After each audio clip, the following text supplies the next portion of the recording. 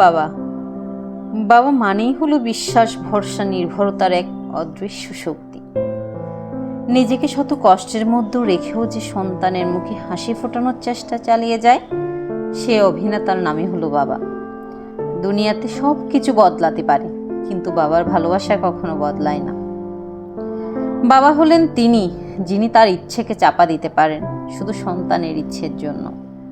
বাবারা সব সময় চাপা স্বভাবের হয়, তাদের প্রয়োজন বলতে কোনো জিনিসই থাকে না। জানো, বাবাদের জামা কাপড় সব সময় মায়েদের থেকে কম দামি হয়। বাবাদের আলমারি ভর্তি জামা কাপড় থাকে না। জন্ম থেকেই বাবার হাতে সেই পুরনো মডেলের ঘড়ি দেখে আসি।